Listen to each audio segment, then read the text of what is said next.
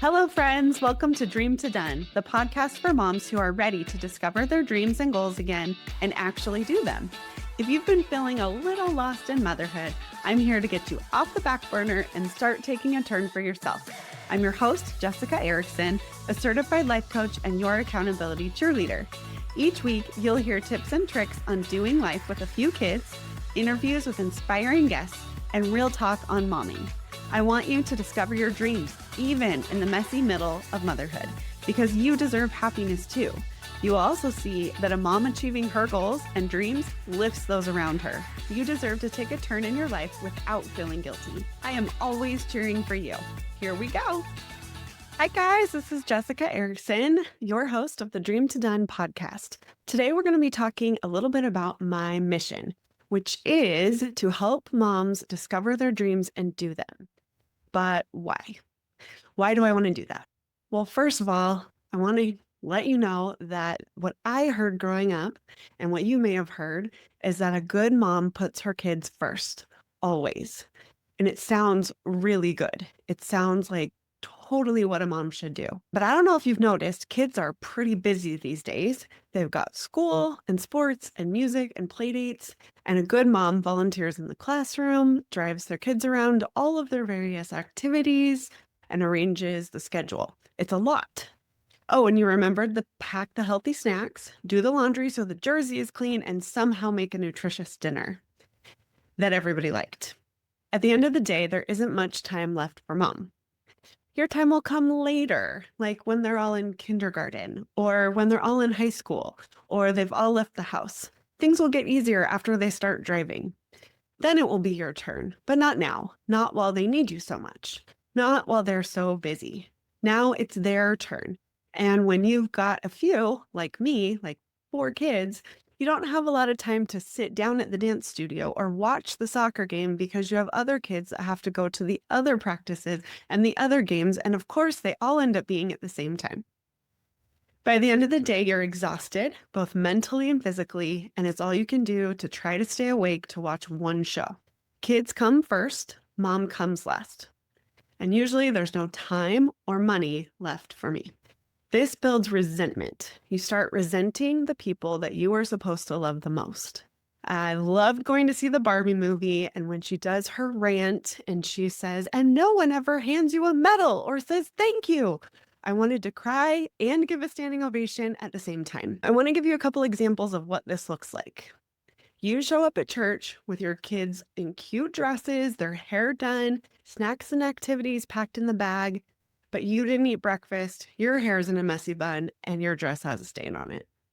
You say, "I don't have any money to go on that women's retreat," but you drop 2 times that amount on a weekend for your daughter's dance competition. Your kids tell you they need new clothes, so you dutifully take them shopping and spend a good chunk of money, yet keep telling yourself there's no money to buy yourself new clothes. These are all real examples from my life. So I want you to know that this podcast is not about us versus them.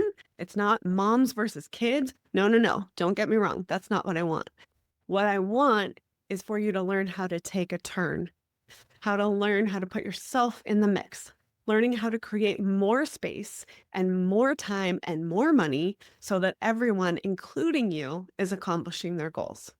I've found that when I'm personally working on my goals and dreams, A, I'm happier. B, when I'm happier, everyone around me rises with me.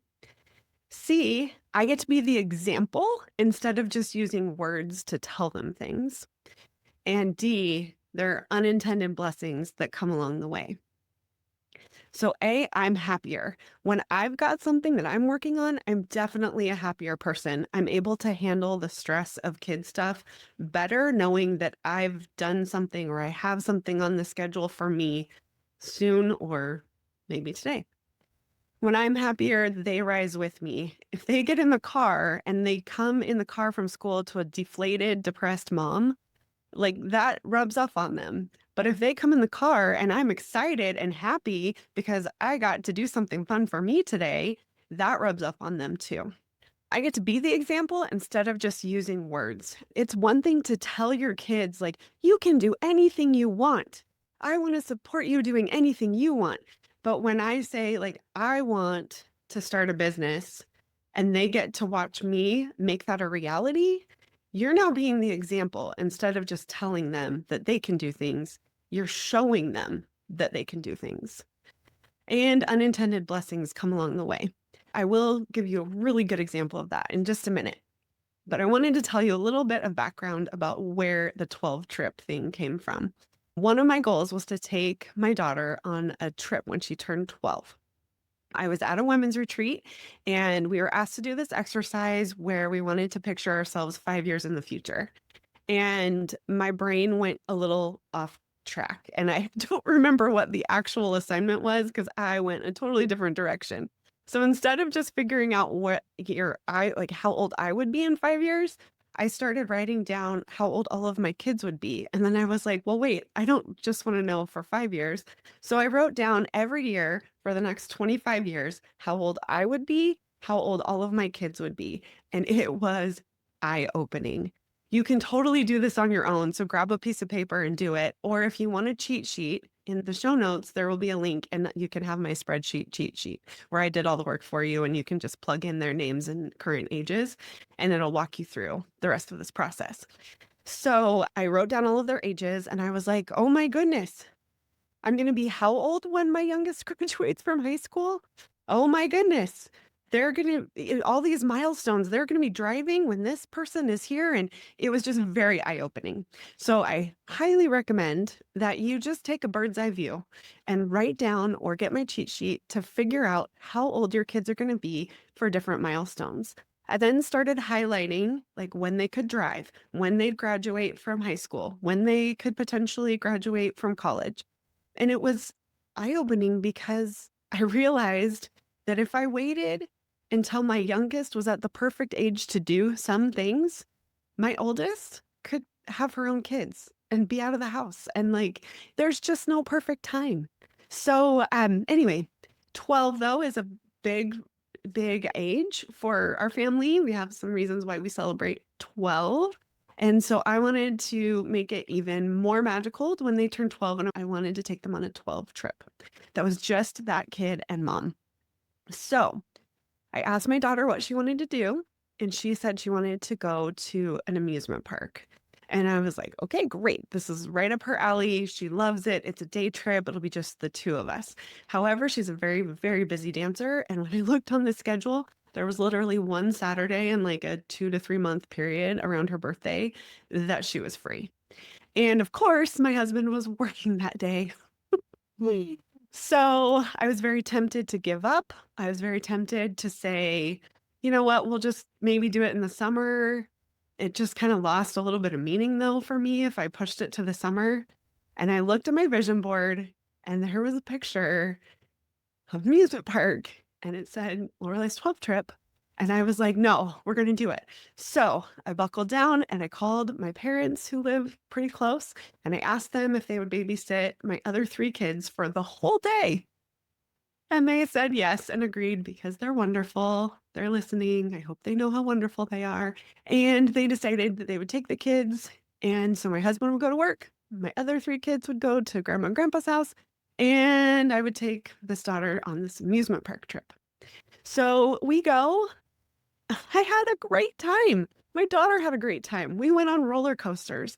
We were able to talk about some life lessons because earlier, like a year or 2 before, we'd been at Disneyland and my son hadn't wanted to go on a roller coaster and this daughter teased him relentlessly. But here we are at a bigger roller coaster and she kind of didn't want to go.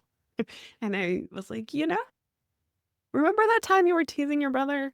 Maybe we shouldn't do that in the future. And she agreed and was like, that's really great, Mom. Yeah, I should start thinking about things that I'm scared of before I tease him about being scared. And so anyway, we had this great life lesson and we had some bonding time. We ate some fun food. I learned so many things about her and what was going on in her world because I was there and present and ready and able to listen and there were no distractions and we were in line for long times. And so it was a great day.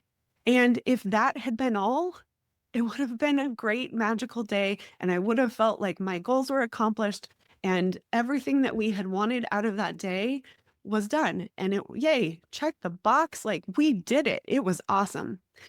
But I will tell you that there were some other things that came from that day.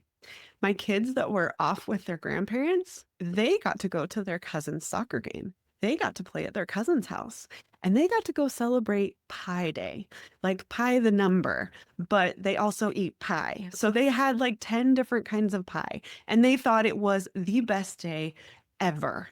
And they bonded with their grandparents, and they are just the coolest. And so I heard all about the different kinds of pie and how soccer is so amazing, and maybe we should try soccer, and how much fun they had spending the day with their grandparents. And also, my husband got off of work early, so he was able to go check out the brand new superhero movie that he really wanted to see, but that we weren't going to have time for until the next weekend, which he really wants to go opening weekend. So he was able to go to a superhero movie, and he had the best day ever. So all of the things that I was kind of worried about ended up working out super well. And they didn't have to, but those were the unintended blessings that all of my other kids and my husband also had a great day. So the lessons that I've learned is that when I'm working on my goals and dreams, A, I'm happier. B, when I'm happier, everyone around me rises with me. C, I get to be the example instead of just using words. And D, unintended blessings come my way.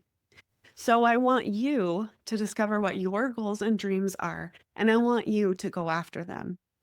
And just in case no one's told you, I want to say, I see you. Being a mom is hard, especially with lots of kids, and you're doing great. So thank you. Thank you for packing the snacks. Thank you for organizing the schedule. Thank you for driving them to all of their activities. Thank you for loving them without getting much in return sometimes. Thank you. You're doing a great job. And I am always cheering for you. I would love to know what your dreams and goals are. What's on your heart? If you had all the time and money in the world, what would you be doing right now? How would things be different? DM me on Instagram at Jessica Erickson Coaching and let me know. I want to know, and I want to help you get there. Also, let me know what else you'd like to hear about on the podcast. All right, I'm cheering for you, and we'll see you next week. Thank you so much for tuning in to this episode of Dream to Done. If you enjoyed today's episode, it would mean so much if you would leave a rating and review. It helps more moms like you find the show.